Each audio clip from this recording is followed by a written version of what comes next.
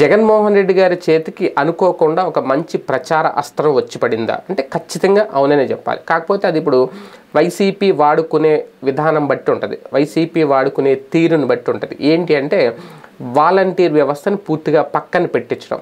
ముందు స్టార్టింగ్లో చూసుకుంటే ఒక 30 మంది వాలంటీర్లు సస్పెండ్ చేయడం, ఒక 70 మంది వాలంటీర్లు సస్పెండ్ చేయడం, ఒక 100 మంది వాలంటీర్లు సస్పెండ్ అవ్వడం, ఇలాగ రాష్ట్ర వ్యాప్తంగా లెక్క పెరుగుతూ వచ్చింది. చివరికి ఈ 2 నెలల్లో ఈ పింఛన్లు అందించే విషయంలో కూడా వాళ్ళని లబ్ధిదారుల ఇంటికి వెళ్లకుండా చేయడంలో ప్రతిపక్షాలు సక్సెస్ అయినాయి అని అనుకోవాలి. కానీ అదే నేపథ్యంలో ఈ 2 నెలల్లో వాలంటీర్ వ్యవస్థను పక్కన పెట్టించి ఒక ప్రచార అస్త్రాన్ని వైసీపీకి ప్రతిపక్షాలే ఇచ్చాయా అంటే ఖచ్చితంగా అవునని అంటున్నారు రాజకీయ విశ్లేషకులు. ఎందుకంటే ఇప్పుడు వాలంటీర్లు ఇంటికి రాలేదు అంటే పింఛన్లు తీసుకునే లబ్ధిదారులు అందరూ కూడా ఖచ్చితంగా ఆలోచిస్తారు, చర్చిస్తారు, ఏంటి రాలేదు ఏంటి అని అడుగుతారు. దాంతో ఇప్పుడు ఎవరో కూడా ఈసీ వద్దంది ఈసీ చేసిందని అనరు కదా. ఇప్పుడు ఆ పింఛన్లు తీసుకునే వాళ్ళకి అంత నాలెడ్జ్ ఉండదు, అంత అవగాహన ఉండదు, అంతగా ఆలోచించరు.